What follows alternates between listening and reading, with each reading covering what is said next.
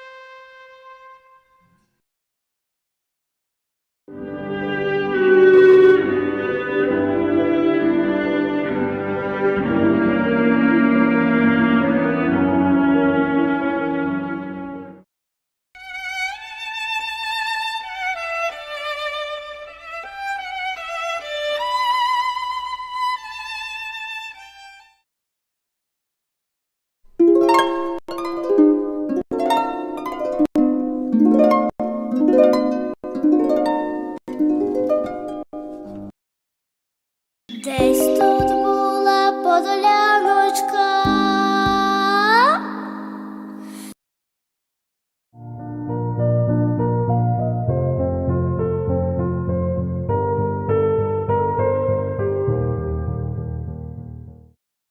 Ну ж бо, малята, скоріше згадайте і дружньо всі разом відповідайте. Це звуки які? Шумові, молодці.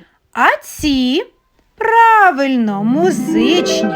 співучі, грайливі і незвичні. Тепер ви знаєте, що у світі чарівних звуків існують і музичні, і шумові. Будемо й надалі з вами країною барвистої музики мандрувати і багато цікавинок музичних дізнаватись. Але сьогодні кажу вам до побачення, до нової зустрічі!